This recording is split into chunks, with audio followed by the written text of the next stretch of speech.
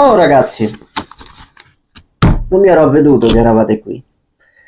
Ciao a tutti, bentornati allo scrigno del calcio, bentornati sul canale, amiche e amici che ci seguite. Lo scrigno è qua, stavolta non si vede ma c'è sempre, ci guarda e soprattutto ci porta in dote qualcosa e oggi ci porta qualche ritaglio. Queste erano le cose che mi piaceva di più, conservare, ritagliare le riviste e i giornali sono dei reperti che qualcuno ogni tanto mi dice perché non te li vendi? Credo che non li venderei per nessuna cifra al mondo perché nessuno me li ridarebbe più originali così. Però li posso condividere qua con voi. Il fatto che vi iscriviate al canale, siete iscritti al canale, ve lo ricordo tutte le volte, è sempre gratis. Iscrivervi al canale YouTube è sempre gratis, è una delle poche cose che rimane gratis, a voi non costa niente. Per me è tanto importante, così come è importante che seguiate anche i nostri social, il Popolo del Calcio anni 90, su Facebook, su Instagram, il nostro blog, il Popolo del Calcio. Ho detto tutto quello che dovevo dire, come al solito, però importante. E passiamo alle nostre storie. Ma di che parliamo oggi? Parliamo della Lodigiani. Ma che è la Lodigiani? La Lodigiani è stata per tanto tempo la terza squadra di Roma. Colori maglia rossa con bordi bianchi, un po' come questa vecchia maglia del Manchester United, e aveva una grande particolarità: giocava tutte le partite in casa al sabato pomeriggio. Perché? Perché a Roma chi è della Lazio e chi è della Roma, giocando il sabato, quando ancora le partite si giocavano, le partite di Serie A si giocavano tutte le partite si giocavano ancora tutte alla domenica pomeriggio. Giocare il sabato per la Lodigiani era un vantaggio perché tanti tifosi della Lazio e tanti tifosi della Roma potevano approfittare per andare allo stadio Flaminio a vedere la Lodigiani che giocava in Serie C, prima in C2, poi all'inizio degli anni 90 in C1, ed è proprio questo il periodo che noi andremo a vedere. Metà fine anni 90 è il momento in cui la Lodigiani vive il suo periodo migliore. La Lodigiani ha sempre sfornato tantissimi talenti soprattutto romani, ma non solo, che hanno poi militato in categorie superiori. Nelle giovanili della Lodigiani, ad esempio, giocava Francesco Totti, ma per la Lodigiani sono passati anche altri calciatori. Forse il più famoso che abbia giocato davvero nella Lodigiani e ci ha giocato per una stagione 98-99, segnando 15 gol, è stato Luca Toni, che poi andò in Serie B al Treviso e poi spiccò il volo verso la Serie A, verso la nazionale e verso tutti i gol e i record che sicuramente conoscerete. La Lodigiani giocava allo stadio Flaminio, che purtroppo oggi vive in condizioni pietose e che io spero che venga rivitalizzato e riqualificato in qualche modo. E io personalmente, essendo nato e cresciuto a Roma, molto spesso il sabato pomeriggio, quando io stesso non giocavo a calcio, andavo a vedere le partite della Lodigiani, che per un periodo ha giocato anche allo stadio Tre Fontane, che è più piccolo del Flaminio, e si trova ubicato nella zona dell'Eur, proprio c'è la fermata Eur Tre Fontane, fermata della metro, e dove oggi gioca la squadra femminile della Roma. Io mi divertivo tantissimo perché intanto mi piaceva vedere le partite di Serie C, ma mi piaceva tanto, e allora era ancora consentito, comprare il biglietto per le squadre, per la tifoseria che giocava, che veniva in trasferta.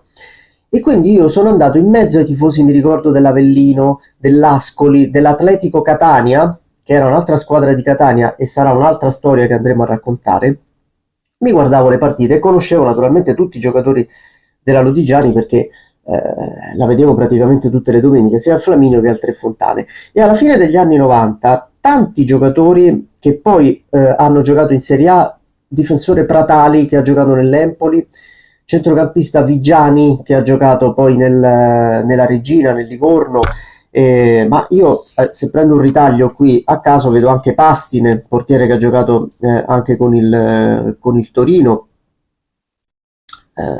Tanti giocatori me li ricordo che erano molto bravi ma che non hanno poi fatto una grandissima carriera. Mi ricordo Maggiolini, che era un centrocampista molto talentuoso, mi ricordo Anselmi, che era un difensore molto alto con i capelli lunghi, che faceva anche qualche gol. Mi ricordo La Scala, che era un storico capitano, e mi ricordo De Sousa, che all'epoca ha avuto 16-17 anni, era molto talentuoso e ha giocato anche nella Lazio, e credo che abbia fatto gol in un Lazio-Messina giocata di sera. Io vado sempre a memoria, E qui ho tanti ritagli di queste partite della Lodigiani di fine anni 90 e inizio anni 2000. Qui abbiamo un Lodigiani Ascoli 1-1, mi ricordo al Flaminio con tantissimi tifosi dell'Ascoli.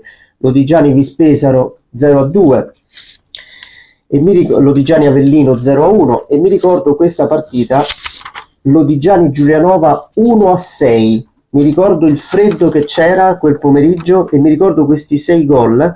4 di questi 6 gol del Giulianova siglati dall'attaccante Di Domenico, che io ammetto non conoscevo, e andai a cercare, poi non c'era internet ancora all'epoca, andai a cercare il giorno dopo sul giornale la classifica marcatori del girone B della C1 e non c'era Di Domenico. Dico, ma questo ha fatto 4 gol tutti insieme, e praticamente credo che avesse segnato solo un gol o 2 al massimo prima di quella partita, e lì ne fece 4 tutti insieme. La Lodigiani ha vissuto tanti anni in Serie C1, ha fatto anche la semifinale playoff nel 94 contro la Salernitana, perdendo la Salernitana fortissima, che poi vinse la finale con la Juve Stabia e andò in Serie B, e poi vivacchiò, per così dire, in C1 per diversi anni. Riusciva comunque a salvarsi abbastanza agevolmente. Nel 2002 non riuscì a salvarsi e andò in C2. Fino al 2003 è rimasta in C2, poi è retrocessa ma è stata ripescata, ha cambiato nome in Cisco Lodigiani, poi in Cisco Roma, Atletico Roma, ha cambiato anche colori sociali diventando bianco-blu, ha smesso poi di esistere, restando solo come settore giovanile, e solamente negli ultimi anni è tornata come Atletico Lodigiani e milita oggi nel campionato di eccellenza laziale. Non è più la terza squadra di Roma, non ha più forse quel fascino che aveva negli anni 90, ma in quegli anni la Lodigiani è stata veramente un perno del calcio romano, del calcio laziale, ma anche della Serie C, perché vivere tanti anni in C1, seppur con un grande settore giovanile e tanti talenti, non è facile per una squadra che aveva davvero poche centinaia di spettatori, forse 1000 spettatori ogni partita, esclusi i tanti che venivano a vedere le loro squadre in trasferta.